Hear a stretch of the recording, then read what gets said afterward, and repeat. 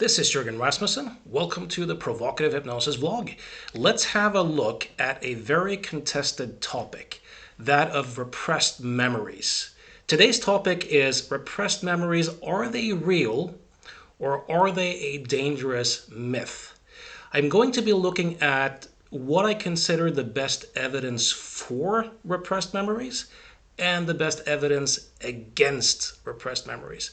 A little bit about my background in terms of talking about this. I've seen clients professionally for the last 27 years. I have a strong hypnosis and NLP background. I spent the first 10 years or so of my practice mostly as a hypnotic regression artist. So I have a lot of experience working with memory and helping people explore the nature of memory.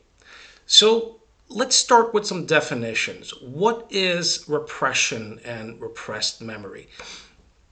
So the notion of repressed memory is that someone could experience something traumatic and repress it into the unconscious mind in such a way that they don't even consciously know that they've experienced the event. So let's say someone gets mugged or raped or tortured. The theory of repression would be that the event is so overwhelming that it's repressed into the unconscious mind, unavailable to consciousness, but that it, on an unconscious level, influences thoughts, feelings, and behaviors, and that this repression can be lifted later with appropriate therapeutic tools, such as hypnosis. The first person to really popularize the idea of repressed memories was Sigmund Freud, alongside Breuer in 1893. He was, of course, influenced by Jean-Martin Charcot and what's his name? It'll come back to me. But back in 1893, Freud talked about the seduction theory, which was this idea that young girls were being sexually abused by their fathers usually, and that they would repress the memories and have no access to them, and that therapy later could retrieve them. He actually retracted that theory because he saw that it was kind of useless and impractical, and he created another equally useless and impractical idea, which was this idea that all of our neuroses are the result of these kind of unconscious urges and instincts that conflict with society. In the 70s, well, Morton Prince in 1906 took it further in terms of suggesting that people with multiple personality disorder, that was the result of so extreme trauma that the personality had to kind of split off into these different alters that had their own memories and their own personalities and would kind of operate independently of each other. In 1950, Ron L. Hubbard of Scientology fame wrote about regressing back to early childhood and birth. You had Arthur Janov in the 70s with primal scream therapy, who talked about recovering repressed emotions. Holotropic breath work with Stanislav Grof also emphasized this idea that you could use breathing to get in touch with repressed memories. And then in the early 70s, the huge commercial success of the book Sybil, who was a fraud, by the way. The whole thing was a fraud. But the book about Sybil became very influential in getting people to believe that they had multiple personalities. And then in the early 1980s, you had a bunch of psychologists with a kind of strong feminist far left slant who really began doing a lot of repressed memory theory. You had a book in 1988 called The Courage to Heal by these two feminists. They were not psychologists or therapists either, who made outrageous claims along the lines of, if you think you were abused and your life shows it, that means that you were. This became a Bible of so-called survivors. It has sold in 2 million copies and has probably done more than anything else to create the repressed memory epidemic that was happening in the 1990s. So that's kind of a rough history of the thing. Now, to prove the idea of repressed memories, you would have to prove that a traumatic event has occurred. You would have to prove what's called psychogenic amnesia, meaning that the person has kind of repressed the event. And you would also have to prove that the said amnesia were not due to, let's say, a stroke, head injury, concussion, drugs, alcohol, blackout, something like that. So let's take a look here, for and against. And oh, by the way, before we go into that, for those of you who think, why bother? Didn't this whole repressed memory thing kind of die out in the mid to late 90s with the memory wars, when the kind of academics won and you had these huge multi-million-dollar settlements in court, and the dissociative disorder units were shut down, and the insurance companies would no longer sponsor it? Didn't this thing just die out? Well, no, it didn't. So back in 2014, Lawrence Patihis, who is a professor of psychology, did a survey, and he found that 81% of college students believe that traumatic memories are often repressed. 86% thought that if someone had emotional problems, that they might have been sexually abused, even if they had no memory of it. 83.9% of the general public believed in repressed memories. 60.3% of clinical psychologists, 69% of psychoanalysts, and 84% of alternative therapists. Now, since 2014, the whole recovered memory movement has made a huge comeback. One major player here has been Bessel van der Kolk.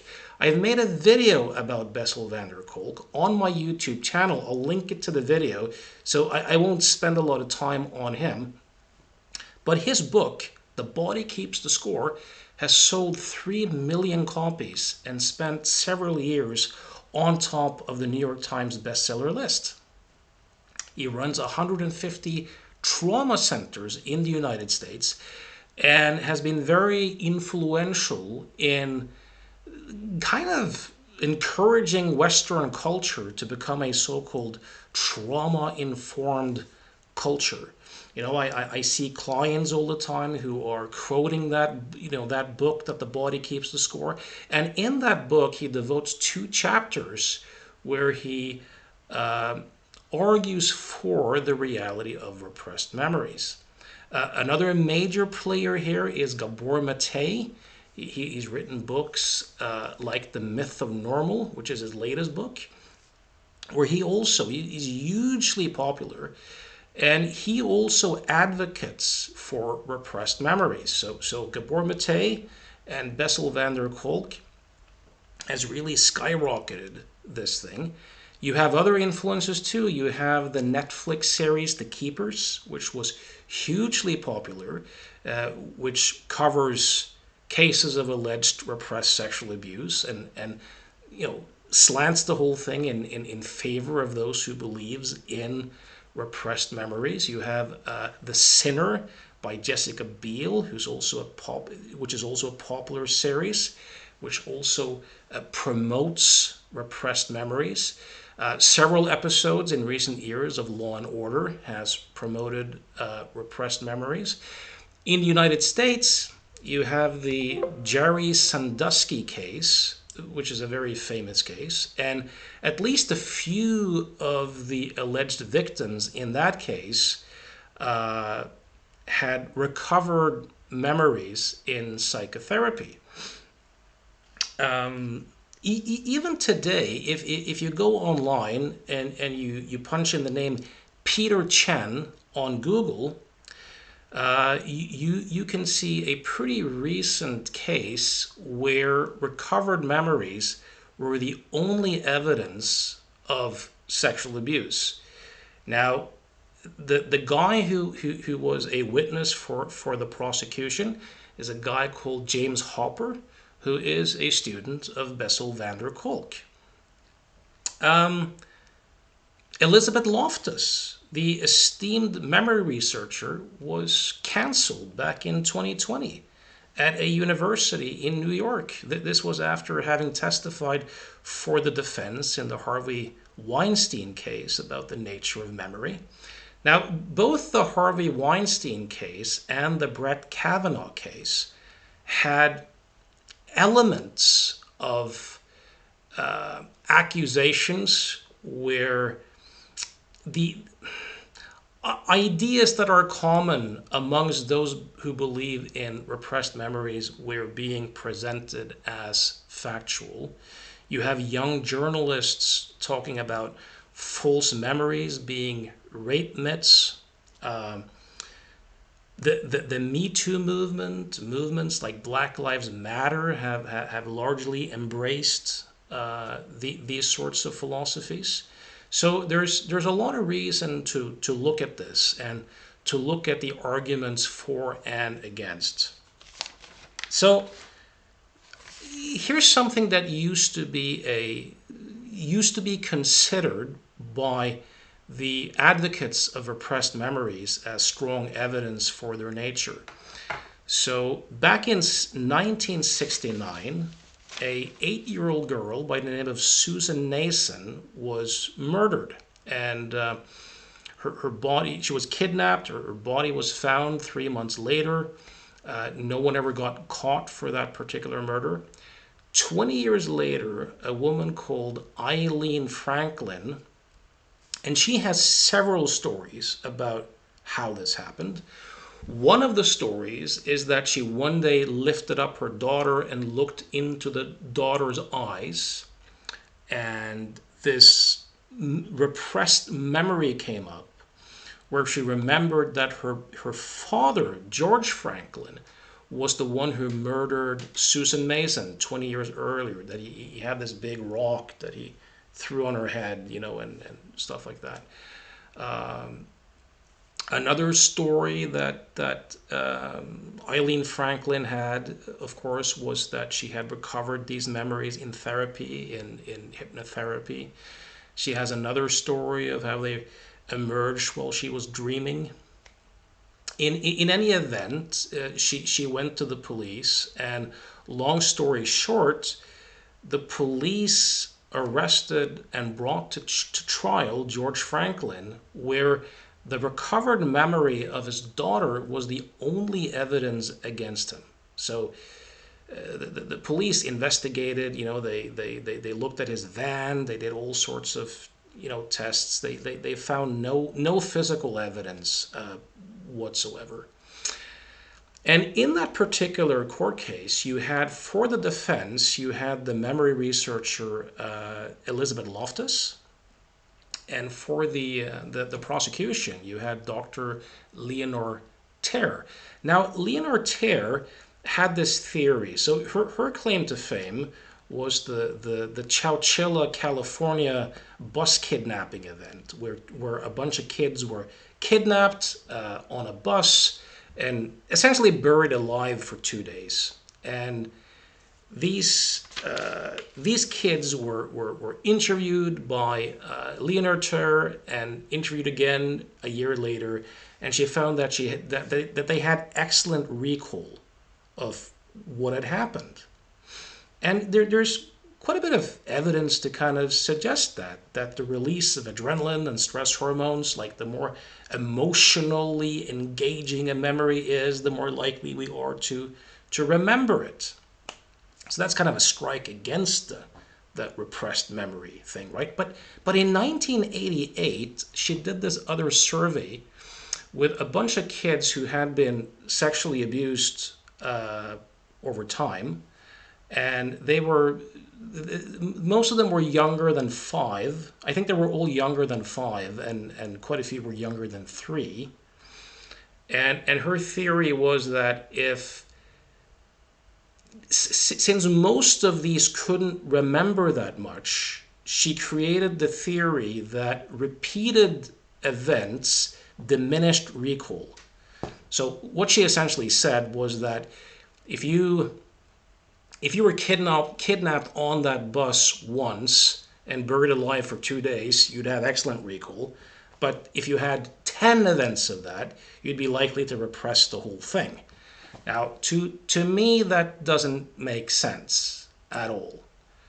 But that was Leonore Terr's theory, which she presents in her books Unchained Memories. Now, in therapy, Eilieen Franklin recovered memories also of being sexually abused by her father, George Franklin, that she couldn't remember before the therapy. So anyways, George Franklin got convicted for murder and was sent to life in prison, and this was a hallmark case where recovered memory was the only evidence. And a lot of advocates for recovered memories had, used that for a long time and said, look, here you have a real court case, and you have Leonore Terr, and her theory kind of being validated by the judges. Now, but here's what happened. So, in 1995, this verdict was overturned because what had happened in the original case was that the defense tried to present evidence that everything that Eilieen Franklin said about the case she had from magazine articles, like all the information. She had those, and the judge denied it.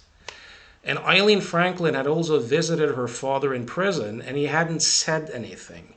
So the fact that he hadn't said anything was used as evidence of his guilt. Like, if you don't protest, you're guilty. That was the logic.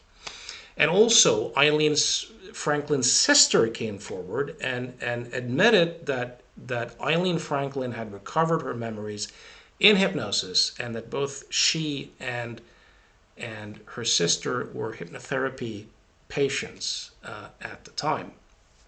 So it got overturned, and George Franklin got out in 1996.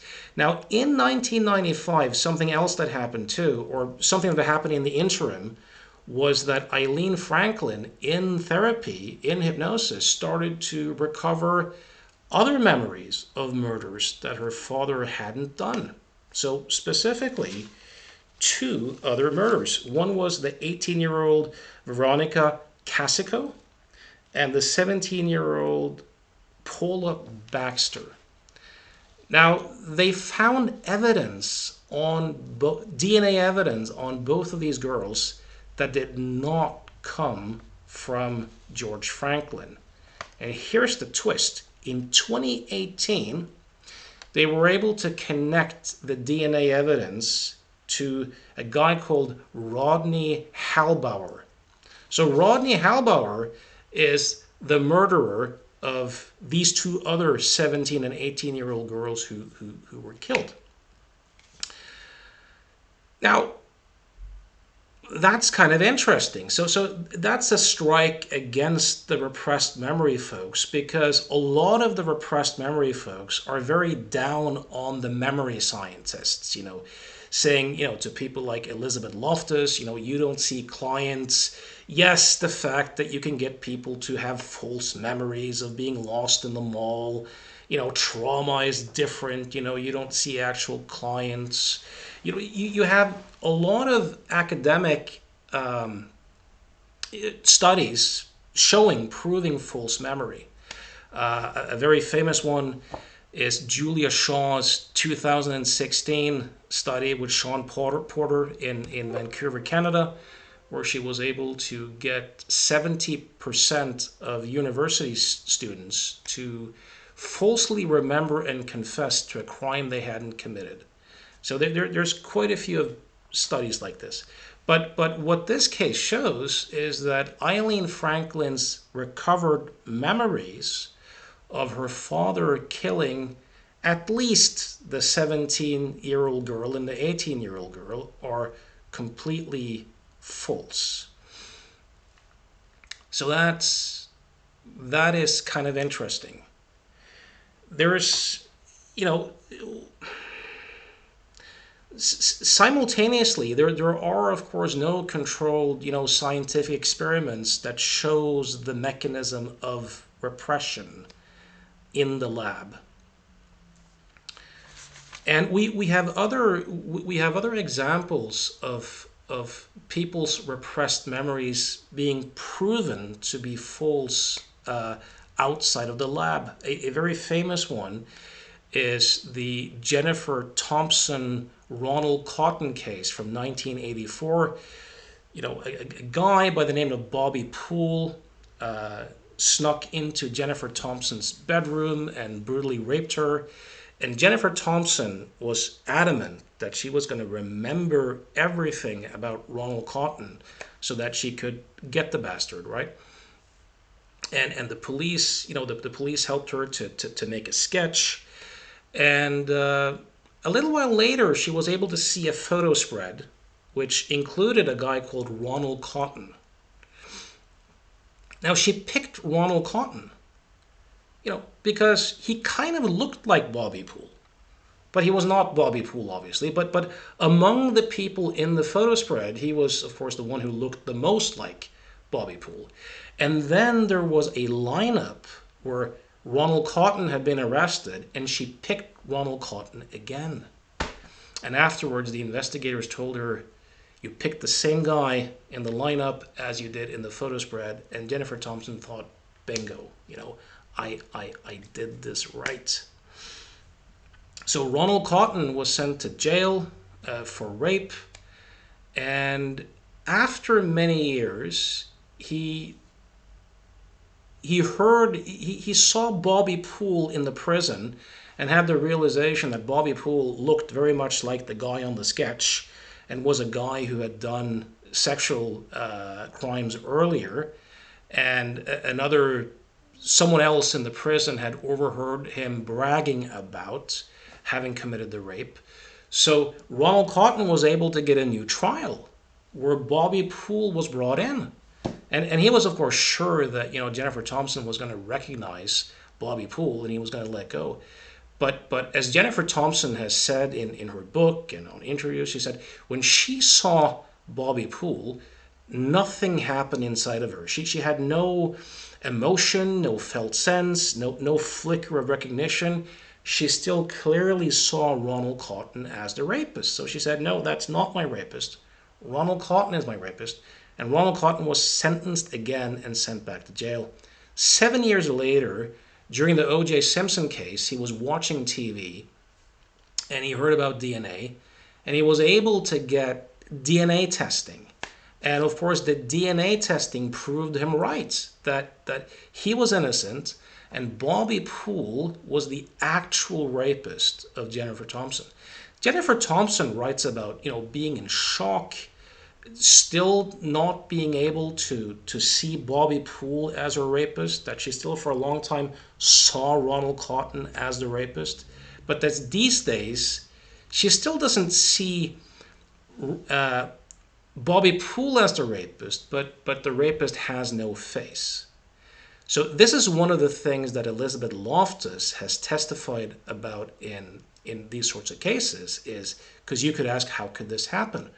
Well, if someone selects, in this case, Ronald-Cotton, and he kind of looks a little bit like Bobby Poole, and she selects him again, the image of Ronald-Cotton has now replaced the original memory of Bobby Poole. So even when she sees Bobby Poole at court, there's no recognition.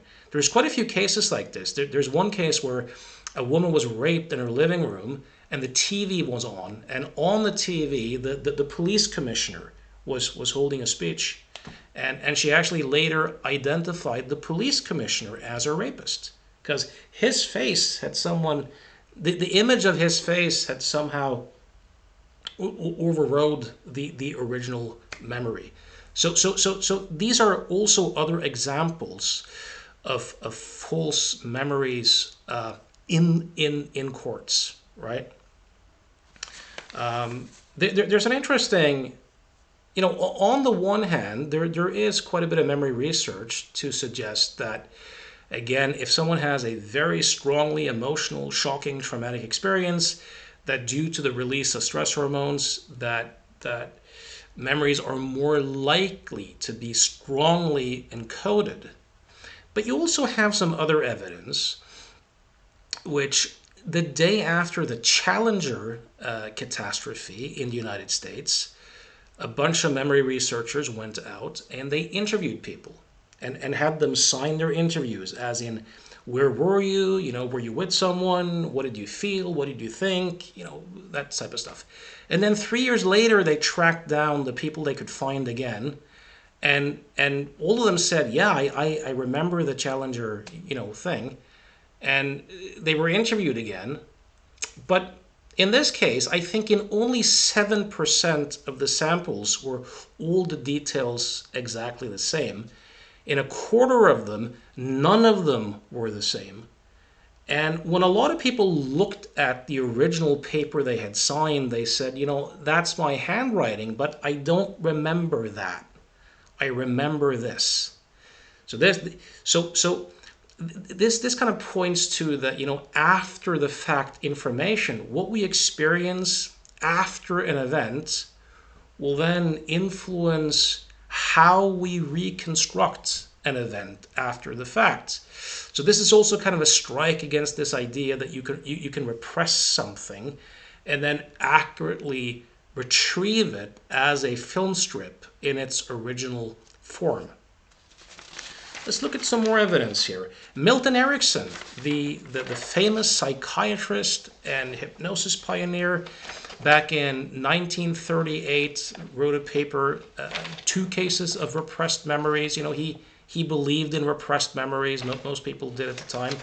The first case was 2 girls who were 9 and 11 years old who were arrested in a whorehouse, with their parents and 12 males.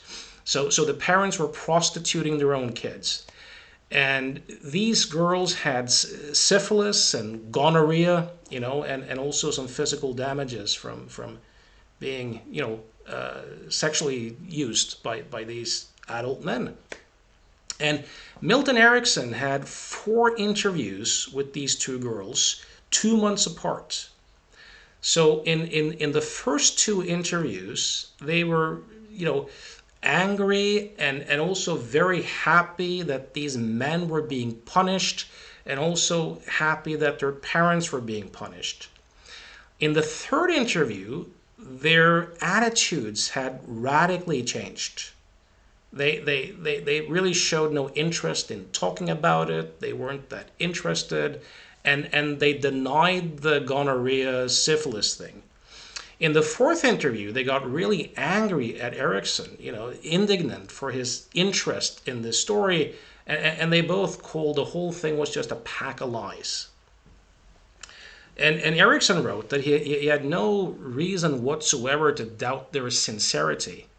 The other case was a guy on parole who drove his girlfriend, and due to his reckless driving, his car overturned and ended up on fire, and his girlfriend was pinned under the car.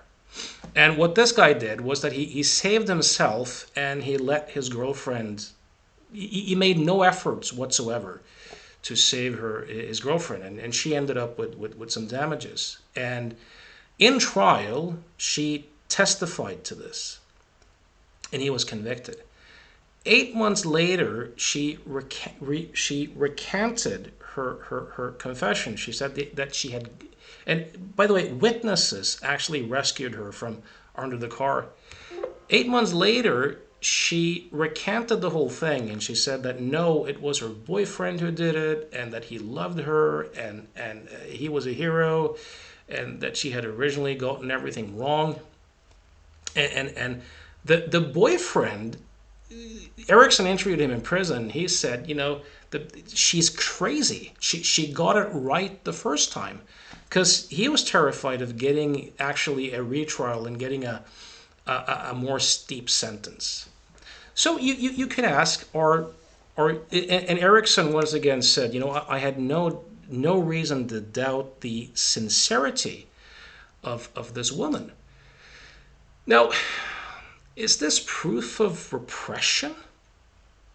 I would say no. It's not. There are other plausible interpretations. One very plausible one, I think, is just denial. And I think this also points more in the direction of supporting how memories are reconstructive. So this particular woman, I think, could not stomach to think that a man that she loved would treat her in such a callous way. So she changed her memory to support that fact. So I've seen this in therapy. To use a very banal example from my own life. I remember the house that I live in with my wife and 2 kids and dog and cat. Is a house that I grew up in. We bought it from my mother. So my old room is my son's room, and that room hadn't been done anything with, so you had old sports trophies and all sorts of weird stuff. And I remember thinking, it's going to take me a day to just clean up this thing. It took me a week because I found so much stuff. And one thing I found was old, school essays from like age 13. I was shocked. I was truly shocked when I saw those school essays of how immature and black and white thinking and without capacity to self-reflect like I come across in those essays. I clearly wrote them. It's my name. And if you had asked me, how were you like when you were 13, it's not that I would have lied to you, but we don't remember what happened. I don't have access to what it's like to be 13 years old, not even in hypnosis. What you experience is what you think it was like to be 13 years old. Your mind is going to create a best guess of what it thinks it was like based upon your current ways of thinking and your motives and your expectations. And as a result of that, your mind's going to reconstruct some memory and see, here, me at age 13. I remember a woman I worked with many years ago who was in a relationship, and she had anger issues, and she was thinking about divorcing her husband, and she talked about this vacation trip they had taken, I think, to Rome. And she said, I thought I had a good time, but when I look back on it now, I realized I was miserable the whole time. And then I saw her a few years later, for another issue, and now her marriage was really good. And I remember this. I said, by the way, weren't you in Rome, once? And I'm thinking about Italy. And she said, yeah. How was that? Oh, it was fantastic. It was a fantastic memory. And you can ask, which one is the real one? Well, if you're about to break up with someone and your mood and your feeling state is kind of negative, your mind is going to reconstruct the trip to Rome in accordance with that. But if the marriage is good and the feelings towards the husband is different, then her expectancies and her motives in remembering are different. So she remembers it now as a good trip, right? So this is also very interesting to look at in terms of memory. Now, what else can we talk about regarding memories? Oh, the work of John Sarno. So the best pain doctor ever has to be John Sarno. He's dead now, but if you go to Amazon and you punch in Dr. John Sarno, you'll get his books come up, and you'll see so many testimonials of people who had tried everything for their back pain, and just by reading one of Sarno's books, they got rid of their pain. He was a legend. You know, people like the journalist John Stossel got rid of his back pain. Howard Stern, the radio host. Now, Sarno was pretty much a Freudian. So he essentially helped people take away the basis for chronic pain by educating them about pain. And he would very effectively persuade people to see that most of chronic pain is actually generated by psychological factors. And he would present this Freudian idea that pain functioned as a distraction from repressed feelings, and that they needed to think psychologically and, orient towards the feelings and to act against the pain, right? And he's been enormously effective, in helping people change. Now, is this evidence of repression? I would say no. Again, maybe not repressed memories in the way Freud kind of marketed them, but perhaps the ability to repress emotion in current time. So I've done a lot of work with Sarno's framework, and I've changed the way I work with pain over the years and gotten even better at it. And I think that the part of Sarno's presentation that really works is that he helps people to see that it's generated by psychological factors, and he helps people to kind of lose their fear of the pain, and where they no longer interpret the sensations in a way that's threatening. I think that's the main key. I think the Freudian perspective is the weak link in his theory, and I think more he got results despite that than because of that. And I'll offer some evidence in that direction for you. So if you go to something called TMS Wall of Victory on YouTube, you will see this YouTube channel, which is made by a guy called Steve Ozanich, who also used to be a guy with a lot of chronic pain who got over it using Sarno's methods. You'll see interview after interview after interview of people who got rid of chronic pain by studying Sarno's methods. But I have yet to find a single interview where someone says, and then the repressed emotions and memories came flooding. That challenge you. Watch the interviews. That's not what tends to happen. Sarno, and I've never really seen that happen with my own clients either when I had more of that sort of framework. And Sarno, I think, describes one case of that in one of his books, where a person, the dam breaks and these repressed memories come up and the pain completely goes away. I think he claims one particular case of that happening.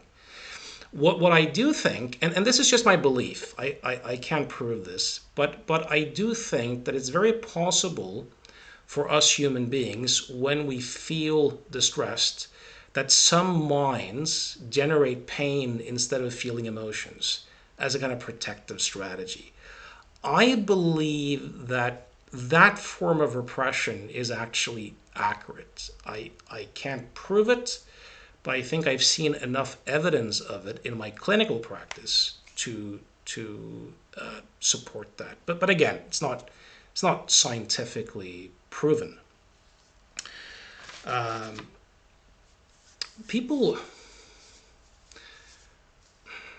Here's something else too. So you had a guy you had a guy called Dave Ellman, you had a guy called John Watkins, and you had a guy called Steve Parkhill. These extremely efficient regression hypnosis wizards who got amazing results with their clients. And I know, because I've been able to replicate most of that stuff. When I did regression work, got amazing results with clients Some of these, like Steve Parkhill, would, kind of promote multiple personalities and repressed memories. And I don't know how successful he actually was. I know at least one person who I know who's had a cancer remission as a result of working with Steve Parkhill.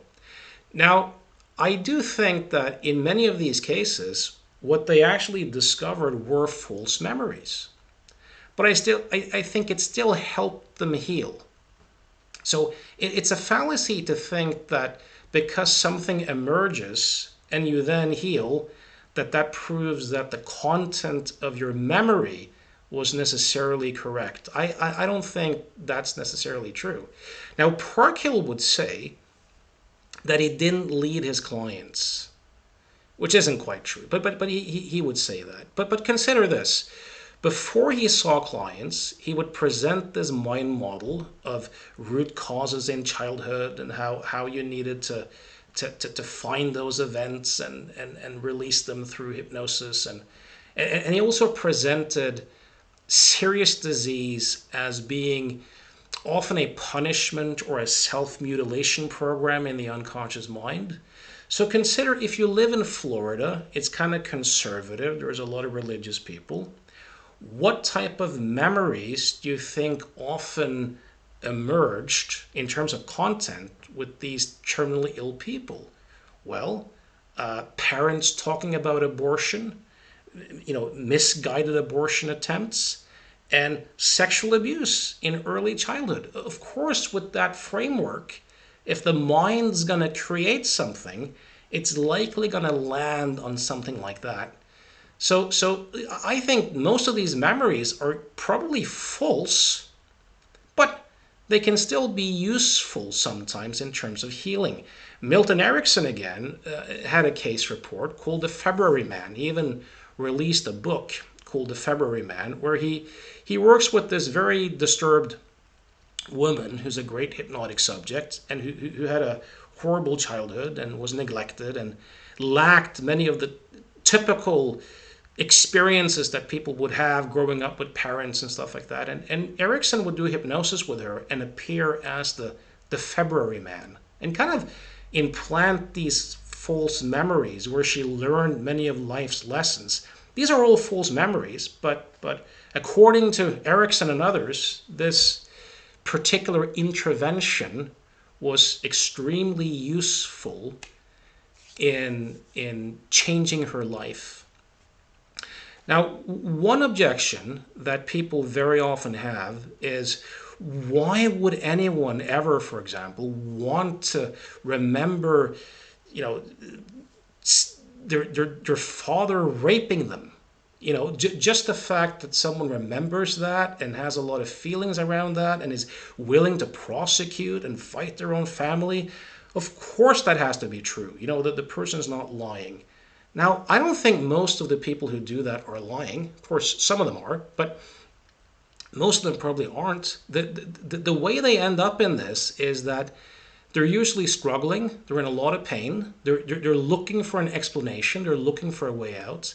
They find a psychologist, a psychiatrist, a social worker, a hypnotherapist who presents the idea that their symptoms are likely evidence of sexual abuse. And when the person says, I haven't been sexually abused, they say, oh, you just repressed it. And they get told very firmly that for you to heal, for you to get well, you have to recover these memories to get well. And then they get put into groups or hypnotized or they do body work or EMDR or whatever. And for some people, these sorts of memories begin to emerge. Another kind of thing that many people use as evidence is just the emotional congruence and level of detail in the person who tells about the memory. So this was one of Bessel van der Kolk's points often in courts, that if someone had an internally coherent story with the appropriate affect, you would tend to believe them. But as we know from lie detection research, how believable someone comes across has nothing to do with how honest they actually are. So that is a complete myth. Now, there's a couple of other interesting cases here in terms of proof for. So, and this again, Bessel van der Kolk called this the best ever study that proved repression.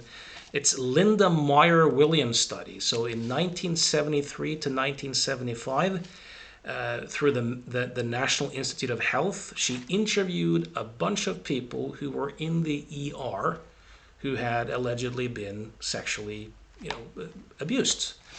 And 17 years later, she found many of these people, and she interviewed 129 people without telling them exactly why they were being interviewed. But she asked them to recount, what may have happened. And 38% of them failed to report specific incidents of sexual abuse. And Meyer and many others, Bessel van der Kolk, used this as evidence of repression. Is it evidence of repression? Can you realistically eliminate all other plausible explanations? I would say that the answer is clearly no. So, for example, 68% of those reported other events of sexual abuse, right? So if someone's been sexually abused multiple times in their childhood and they've been to the ER for this, it's not likely that they're going to remember every single incident, right? So that's kind of normal. And then you had, many of them were very young, 11 victims were 3 years or younger. Another 31 were between 4 and 6. The youngest was 10 months old. So, I mean, some of these people, too, were at an age, if someone's 10 months old or 2 or 3, they haven't developed the capacity to develop these autobiographical memories either. And what this study and similar studies ignore is that, many of these, sometimes people can forget things. They don't necessarily repress them, but they forget them. And this seems to be quite typical with people who may have been fondled or experienced sexual abuse. And I'm not defending sexual abuse here, just to be completely clear about that. But sometimes with some kids, they've been fondled or molested in a way where they didn't experience it as traumatic. They might have just felt that it's wrong or it's confusing but it hasn't. And then perhaps that family member dies off or they move and they don't think about it for 20 years. They've just forgotten it because they've never registered it as that significant. And then one day they maybe hear a song or they talk to their kids or whatever and they remember it. So this study and similar studies often does not open up for the idea that, sometimes people actually just forget things for a while and they remember them again. So 14, in one study, for example, 14% of car accident victims didn't remember it a year later. And 25% did not remember a visit to the hospital a year later, And there's no control group in the sense of checking, because these were inner city kids who kind of used the ER as their doctor. So there was no effort to find out, well, how many other things have they been to the hospital for and which they don't remember, right? Or to even have a control group of other inner city kids who also used the ER as their doctor, in a sense, but who had not been sexually abused. And to see, well, how many of these kids necessarily remember various specific incidents of having been to the hospital 17 years later. So this is not good science, but again, according to Bessel van der Kolk, it's the best experiment ever. There's another one too. There's a woman called Judith Herman, who's a very influential psychiatrist who's written books on repressed memories. He was very influential in selling patients the idea that certain symptoms meant sexual abuse. So she and a woman called Shatsov had 53 women attending a group therapy where 64% had forgotten at least some of their abuse before recalling it in therapy, and 28% had severe memory deficits. And she also writes, participation in group proved to be a powerful stimulant for recovery of memories. Now, the tricky thing here is that a lot of the people who came to the therapy had no memories of sexual abuse going into the therapy. So why are they in such a group? After a while, they start remembering. But these could just as easily be fabrications or false memories or even remembered memories. They're not in and of themselves evidence of sexual abuse. Here's something interesting too, that Christopher Barden, the psychologist, lawyer who was so instrumental in helping shut down the recovered memory industry and the MPD industry in the United States, in the late 90s. And he, due to several, large multi-million-dollar settlements, he was able to spend years, a lot of time, a lot of money hunting down, trying to verify a single case of repressed memory that could stand up to scrutiny, and he failed to find a single case. And he's been involved in hundreds of court cases. Now, of course, you could say that he's biased in that he's worked for the other side. The science writer Mark Pendergrast also reports something similar in terms of contacting, people like Judith Herman and Ellen Bass and asking to speak to people and trying to and also not found any corroborating evidence for such a case. Something very interesting to arguments against repressed memories is that there was a guy called Harrison Pope who challenged other scholars to see if they could find in the literature any reports of repressed memories before the 1890s, before Freud essentially. And they failed to come up with a single case. And this, the fact that you can't find any reports of repressed memories before the 1890s in the literature, there's a lot of scholars who have really done their best to find this, is good evidence that this is kind of a culturally constructed phenomena.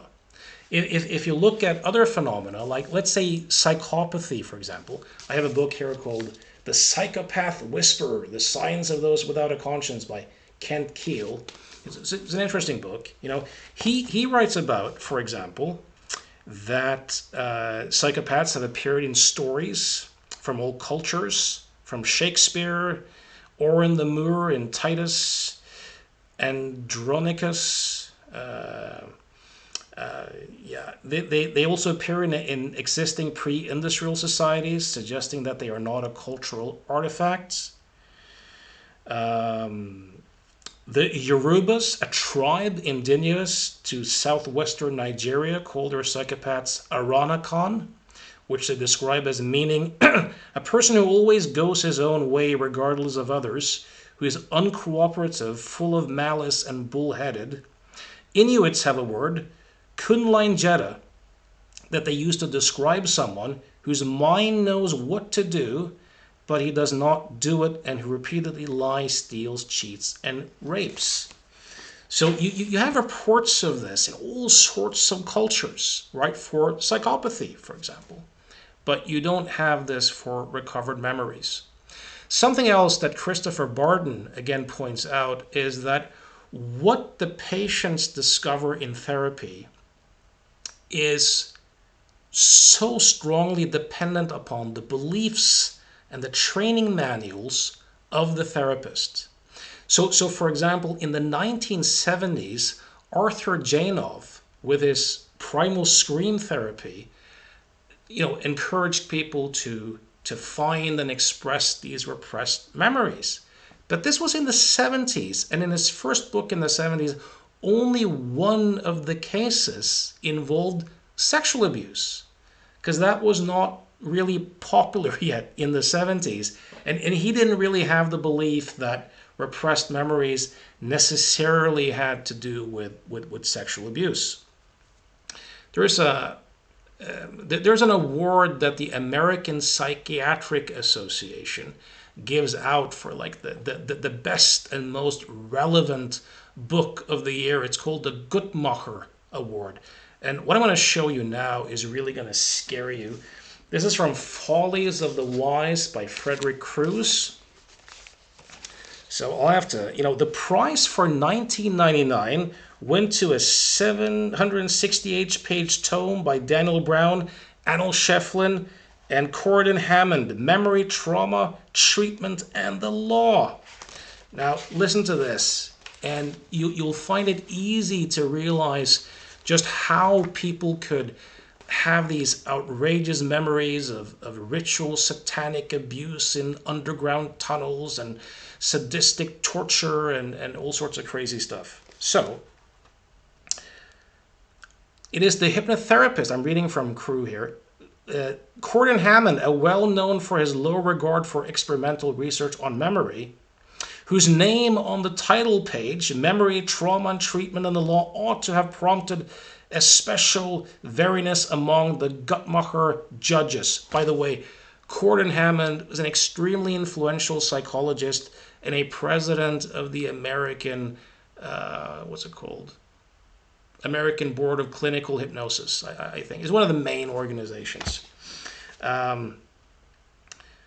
So in a notorious 1992 lecture at a conference on sexual abuse and multiple personality disorder, Hammond revealed his conviction that many MPD sufferers have acquired or split personalities through subjection from early childhood onward to ritual sexual abuse, sadistic torture, and mind control programming. The aim of the programmers, he disclosed, has been to produce remotely guided alters who, unbeknownst to their core selves, will be slaves to a worldwide intergenerational cult that is organized into illuminatic control councils. The cult, said Hammond, is headed by a shadowy Dr. Greenbaum, a Hasidic Jewish collaborator with the Nazis who once assisted in death camp experiments and later used the CIA to further his nefarious ends. My best guess, Hammond confided, is that they want an army of Manchurian candidates, tens of thousands of mental robots who will do prostitution, do child pornography, smuggle drugs, engage in international arms smuggling, do snuff films, and eventually the megalomaniacs at the top believe they'll create a satanic order that will rule the world. Hammond, 1992. With a therapist like that, with an influential psychologist, PhD, who's head of a major hypnosis organization. This guy trained thousands of people in this bunk, right? And he got the Guttmacher Award in 1999, for that awful book. There's also Sheflin, his co-author here. In 1995, he delivered a warmly received address to a Texas conference held by the Society for the Investigation, Treatment, and Prevention of Ritual and Cult Abuse, whose other speakers asserted inter alia that there were 500 satanic cults in New York City alone, committing 4,000 human sacrifices per year, that Bill Clinton was serving as the Antichrist in the worldwide satanic fraternity of the Illuminati, and that the False Memory Syndrome Foundation is a central intelligence agency action. Unbelievable. Just unbelievable, right? The madness of this thing. Couple of quick final things here. that people talk about. Dr. Corvin's videotapes. So in 1984, you had a young girl called Nicole who disclosed sexual abuse by her mother, sticking her finger into her vagina 99 times, very specific number that, and burning her feet. So her father got custody. And then when she became an adult and her father died, she reconnected with her mother, and they had a great relationship. But she was curious about this, so she went to Dr. Corvin and asked to see the videotapes, and where she describes the sexual abuse, and she screams and says, "Oh my God, it's coming back." First, she remembered that that her mother prostituted her or something, which was a false memory, which never happened. But she was very traumatized by this, and she cut all contact with her mother. Now, Elisabeth Loftus and Melvin Geyer investigated this, and they concluded that these interviews, when she was 6, were probably a culmination of a number of bad interviews. And there was a 1984 report of another psychologist who thought that the allegations may be false. And they discovered that the father had done insurance fraud, abused the brother, and drank to excess. And you could plausibly argue that many of these ideas likely came from the father. Let's see if we have a final... There's a guy who's been pretty famous. This is one guy that people often refer to, as evidence of repressed memories. His name is Ross Cheat, and he was in a San Francisco boys' choir in the late 60s. And in 1992, he had a dream where he felt this presence that he interpreted to be Bill Farmer. And then later, by himself and through therapy, he started remembering memories of Bill Farmer abusing him. And he called Bill Farmer, and Farmer confessed to this and got convicted. Mark Pendergrast, the science journalist, who, in my opinion, is the best writer. I've gotten a lot of this material from him in his books. Read Memory Warp or The Repressed Memory Epidemic.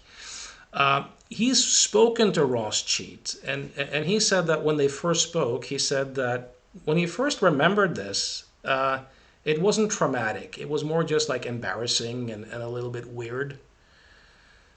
And then later on, when he went to therapy, the therapist had him read this book about abuse, and that's when he kind of began to really reframe this as repressed memories. But this could also be that he'd just forgotten it, for a while. A final thing here is just hypnosis itself. Some people seem to think that because people seemingly in hypnosis can act on post-hypnotic suggestions, often in these satanic cults, there was this idea that people had been programmed to kill when they saw certain things, and so that people could be acting on these post-hypnotic suggestions that they didn't know about and kind of have amnesia for it.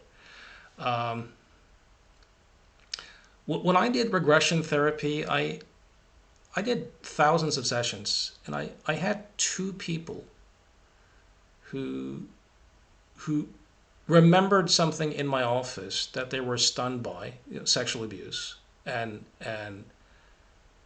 that could be candidates for this.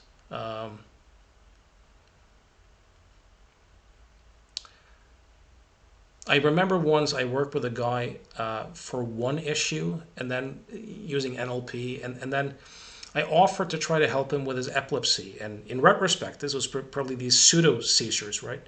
But he was an excellent hypnotic subject. We did some deep hypnotic work. He left my office. I didn't hear from him, but I met him a year later at a restaurant, and I talked to him, and I said, "How's the epilepsy?" And he looked at me stunned, like, "How did you know I had epilepsy?" And he said, "It disappeared spontaneously about a year ago." And I discovered that he had no recollection of us even having done hypnosis together. So this can happen with highly hypnotizable people sometimes.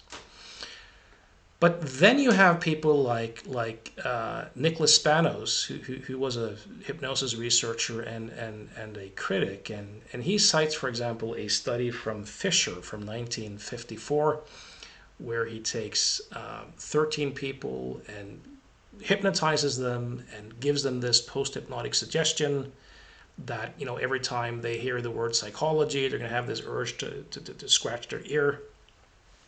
And most of them do it. But then he has the researchers kind of pretend that imply by their behavior that the experiment is over, and now most of them stop, and then they get instructed that the experiment is still going on, and then most of them start again. And also these experiments where they're given the suggestion that they're going to act on this until the next session, but then the psychologists have organized things such that, you know, the person at the grocery store, for example, might use that word with them. And now outside of that context, they tend not to, most of them tend not to respond to the post-hypnotic suggestion, which kind of presupposes that there is an active engagement and interpretation going on here. A final one regarding amnesia and negative hallucination. Spanos talks about this experiment where he has people look at a blank page which has an 8 on it, and they're giving the suggestion that they're going to negatively hallucinate it, and the highly hypnotizable folks then claim to not see it. But then when he really pushes them, you know, most of them do claim to see it. And then he says, look, the people who, and for others he says, look, the people who are fakes, they claim to not see anything. But the really good hypnotic subjects, they actually kind of see something vague and then it dissipates, and he takes the paper away. He never tells them what they're supposed to have seen. And then he has them draw whatever they might have seen. And now almost all of them, you know, write down the number 8. So hypnotic phenomena might be more mundane and boring and explained by regular cognitive and social processes than many of these people like to think. So I hope this was useful and thought-provoking. I'd love to hear your thoughts on this, whether you agree, disagree, repressed memories, real, fact, fiction. Also, if my ideas resonate with you and you would like to explore whether you and I could be a good fit in terms of working together, you can reach me at provocativhypnosis.com. If you're watching this in 2024, I'm doing a masterclass on how to work with anxious clients and all of their flavors. If you're curious about that, check the seminar page at provocativhypnosis.com. As always, thanks for listening.